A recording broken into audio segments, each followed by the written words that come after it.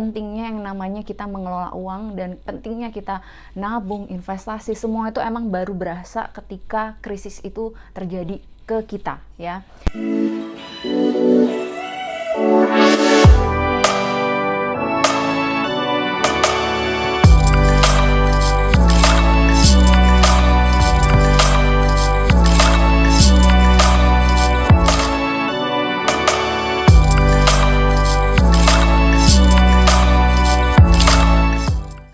Ketemu lagi dalam segmen kelola uang dan peluang. Di situasi yang benar-benar unpredictable kayak gini ya, di situasi dimana aku sedang nganggur ya, karena memang lagi nggak ada penerbangan flight dan aku udah dirumahkan udah 10 dari bulan Maret, berarti udah sekitar 10 bulan, dan ini bulan ke-11 aku nggak kerja. You can imagine, aku nggak kerja, aku nggak punya income, dan aku masih punya cicilan yang aku masih survive gitu, aku masih bisa liburan, masih bisa beli iPhone gitu. Dan di sini aku pengen berbagi bahwa inilah pentingnya yang namanya kita mengelola uang dan pentingnya kita nabung, investasi, semua itu emang baru berasa ketika krisis itu terjadi ke kita, ya.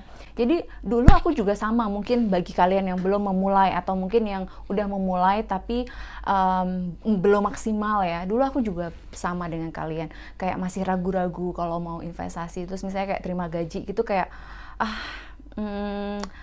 jalan-jalan dulu deh, terus atau enggak belanja ini dulu deh gitu kan, nabungnya segini aja gitu, atau investnya segini aja gitu. Aku juga sama, I'm in that point sih gitu, dan aku merasakan itu juga. Jadi sama, semua orang tuh pasti mengalami yang namanya males-males di awal gitu ya, tapi ya ketika aku memaksakan diri dan sekarang aku dalam kondisi yang aku bilang tadi, dalam lagi susah tapi aku masih bisa beli semuanya, itu berkat dari aku memaksakan diri untuk berinvestasi. Nah, di sini yang mau aku bagi adalah jenis-jenis investasi yang kalian bisa lakukan, karena posisinya adalah saya berbagi sesuai dengan kadar saya, yaitu saya seorang pekerja ya, dengan perusahaan. Jadi ketika something happen, misalnya ada PHK atau mungkin ada pemberhentian sementara, atau mungkin kayak sekarang saya masih kayak dirumahkan gitu, ya itu tuh benar-benar akan berpengaruh 100% dengan kehidupan kita. Ya sama sih, kalau misalnya pengusaha juga sama, semua pasti ada resikonya. Tapi kalau yang namanya pekerja dan kita belum punya investasi dan kita belum punya aset-aset, itu bakalan berasa banget, bakalan bener-bener bikin hard time banget buat kehidupan kita. Makanya jangan sampai ketika kondisi darurat itu terjadi, jangan nunggu kondisi amit-amit ya, jangan nunggu kondisi darurat itu terjadi baru kita berpikir untuk oh ya kenapa dulu aku nggak nabung, kenapa aku dulu nggak invest kayak gitu. Itu jangan. Bukan berarti aku udah sempurna ya, bukan. Really sharing knowledge, it means that she or he are perfect gitu. No. Sama. Yang harus dirubah itu adalah ini dulu. Jadi sebelum kita memulai sesuatu, yang harus kita rubah pertama kali itu adalah yang namanya ini, mindset.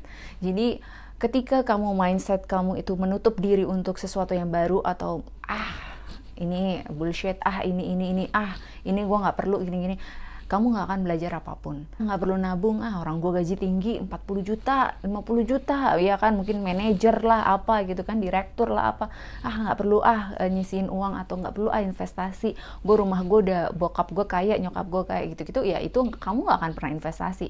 Tapi that's why yang perlu kita rubah pertama kali itu adalah mindset kita.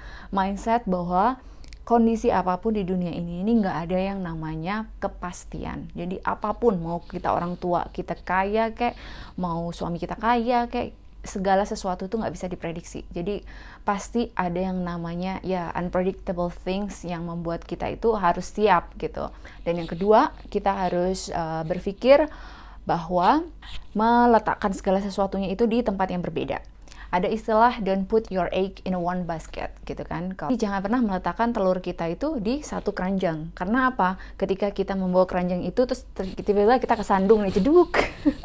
Ya kan? Terus kita jatuh dan semuanya pecah, udah wassalam. Kita nggak punya lagi telur lagi gitu. Oke, 10 di keranjang 1, 10 di keranjang yang 2, 10 lagi di keranjang yang 3. Jadi ketika kita bawa satu keranjang pecah, kita masih punya 2 keranjang yang lain. Jadi kayak gitu, itu istilah seperti itu. Jadi sama dengan investasi, Kalau bisa jangan satu instrumen, tapi beberapa instrumen. Saya sih jujur, I have a five instrumen yang saya lakukan selama ini. Ya, yang pertama itu pasti kalau misalnya kita ada rezeki lebih, kalau bisa di properti itu pasti ya, karena ya selalu ingat sandang papan pangan lah ya, kebutuhan pokok lah, itu tuh adalah properti, itu kan kebutuhan pokok. Tapi nggak perlu kamu punya properti 10 gitu, nggak perlu, satu pun nggak masalah gitu. Tapi yang penting adalah kita berpikir bahwa properti itu hal yang penting gitu. Jadi karena banyak orang misalnya nih, kamu nggak punya, kamu baru kerja nih, terus kamu dihadapkan pilihan mau beli tempat tinggal atau beli mobil ya. Biasanya tuh orang tuh akan selalu cenderung beli mobil dulu, bukan beli properti dulu. Itu yang aku lihat. Dan kalau kalian tanya ke aku, emang Mbak Dewi kayak gitu? Iya.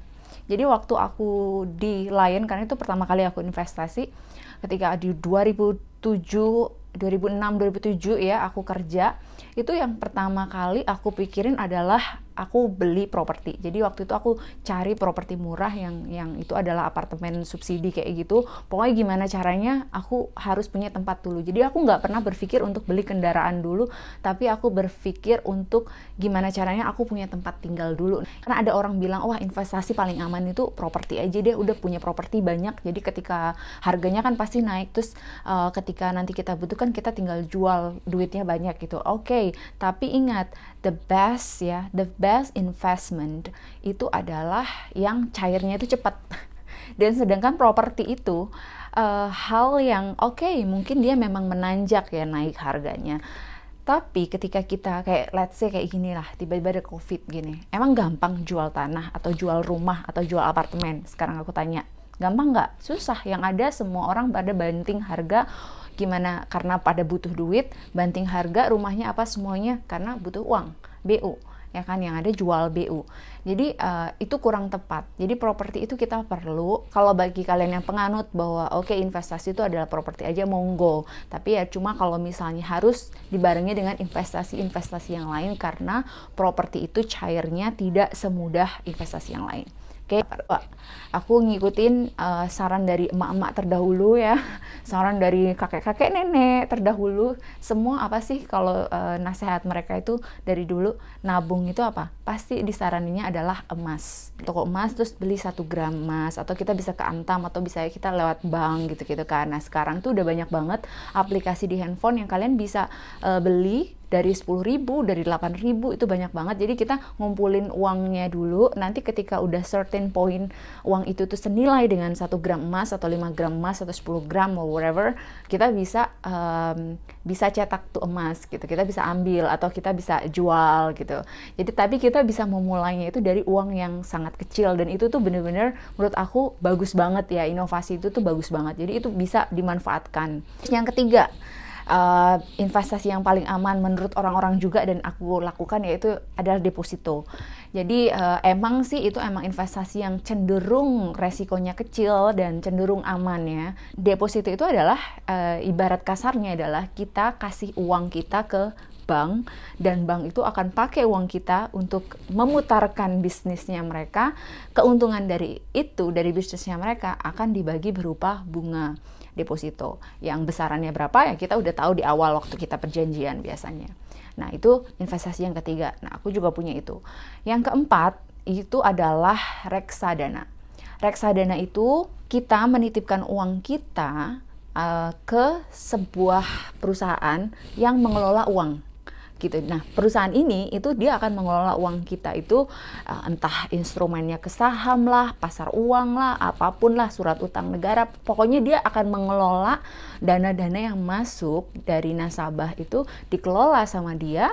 Ya nanti keuntungan dari mengelola uang kita itu dari dana itu dia akan bagi hasil ke kita. Jadi sama sebenarnya. Jadi bedanya kalau deposito kan kita titipnya ke bank nih. Nah kalau reksadana ini kita bisa titip di beberapa banyak perusahaan yang menawarkan itu.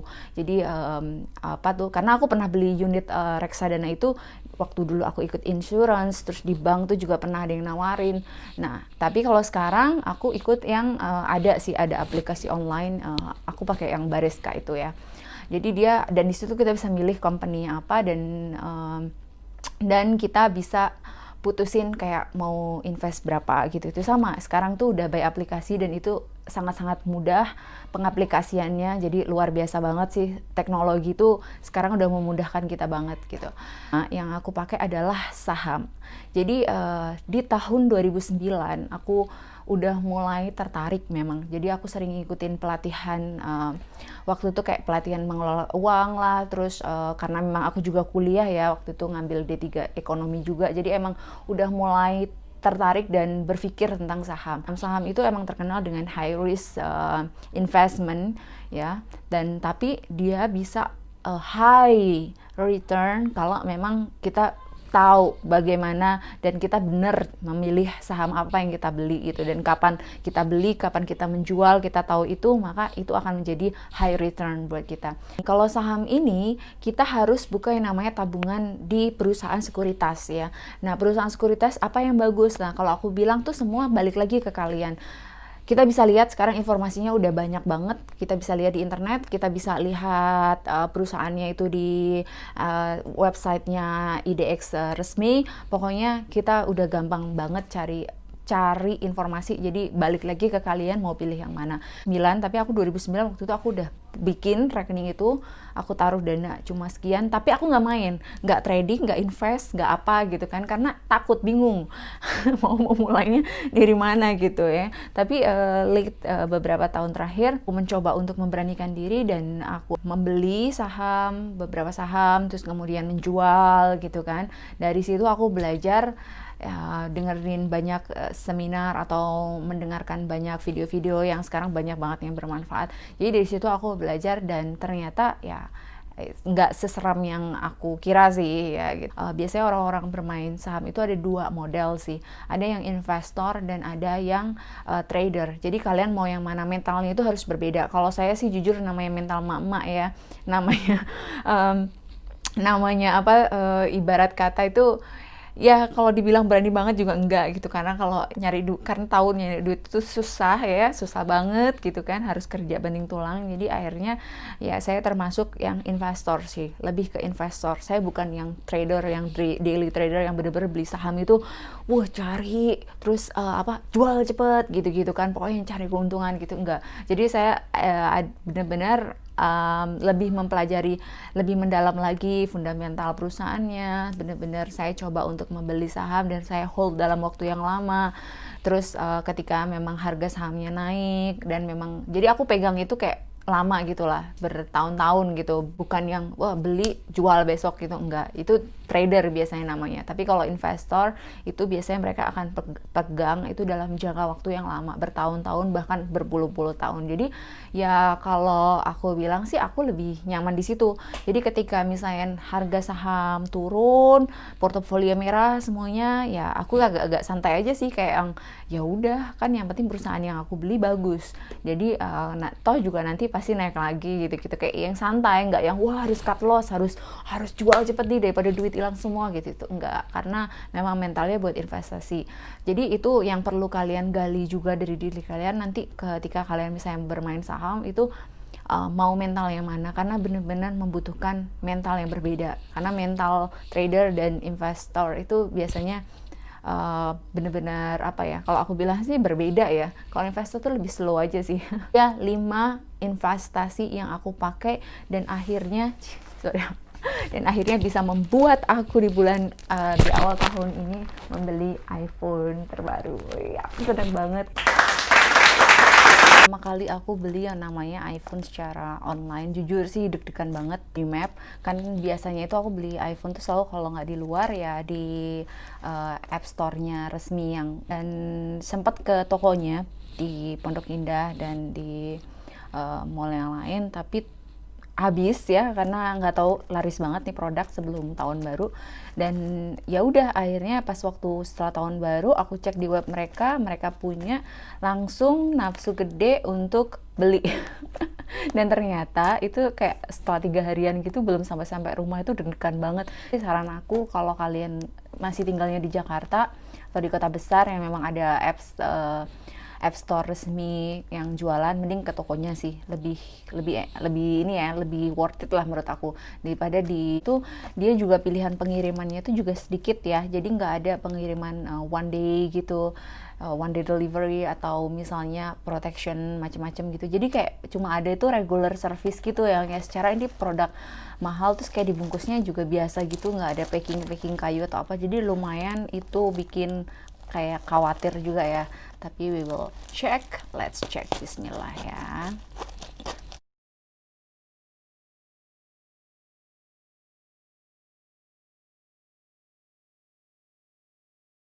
Jadi cuma dibungkus bubble wrap aja tadi ya, lumayan deg-deg juga Bo ya. iPhone aku pilih yang warna gold karena belum pernah punya gold. And what is this? Oke, karena dia ada receive-nya dari Digimap. Kemudian garansi, muatan garansi terbatas 1 tahun Apple, tapi ini masih kosong jadi kayaknya harus kita isi sendiri. Dan ini dalamnya seperti apa? Bismillah, kita buka ya. Ding ding ding ding ding. Wah, ini dia. Deng dereng, wow. Kita harus cek dulu ya kondisi barangnya. And yap, tiring. Isinya alhamdulillah sih tidak ada yang ini dapatnya. Jadi dia satu mobile phone and ini kabel charge-nya. What else? Ini buat SIM, buat kartu. Udah, that's it, hanya itu aja isinya. Jadi inilah kalau kita beli online, nanti aku akan coba ya. Tapi saran aku sih beli di tokonya langsung aja. Kecuali kalau emang kalian jauh ya dari Jakarta atau apa, boleh sih kalian online atau nitip teman. Cuma bener-bener harus hati-hati banget nih, serem banget. Tapi cantik, thank you so much buat yang sudah mendengarkan, dan semoga membuat kalian semakin lebih lagi berusaha untuk memaksa diri kalian untuk semangat berinvestasi, untuk belajar lagi tentang yang namanya mengelola uang. Kalau misalnya bagi yang sudah memulai, itu bagus banget, congratulations, you are in a good way. Hidup itu, life itu is about balance juga ya. Jadi jangan sampai misalnya kita berpikir, oh kita mau investasi nanti nikmatinnya nanti aja deh kalau udah 40 tahun deh. Nanti udah 40 tahun terus kamu mau pergi-pergi udah terlalu tua buat keliling dunia, atau udah terlalu tua kamu buat bergaya-gaya gitu kan. Jadi nikmatin aja gitu. Yang penting kita nggak boros, yang penting kita masih sesuai dengan kemampuan kita. Investasi jangka panjangnya tetap jalan. Jadi seperti itu. Jadi tetap nilai menghargai dirinya itu tetap ada, long termnya itu juga tetap dipikirkan. Oke dia, itu semuanya. Thank you so much for listening, and salam investasi, salam mengelola uang, dan salam sejahtera buat kita semuanya, dan semoga COVID segera berlalu. Amin. Wassalamualaikum.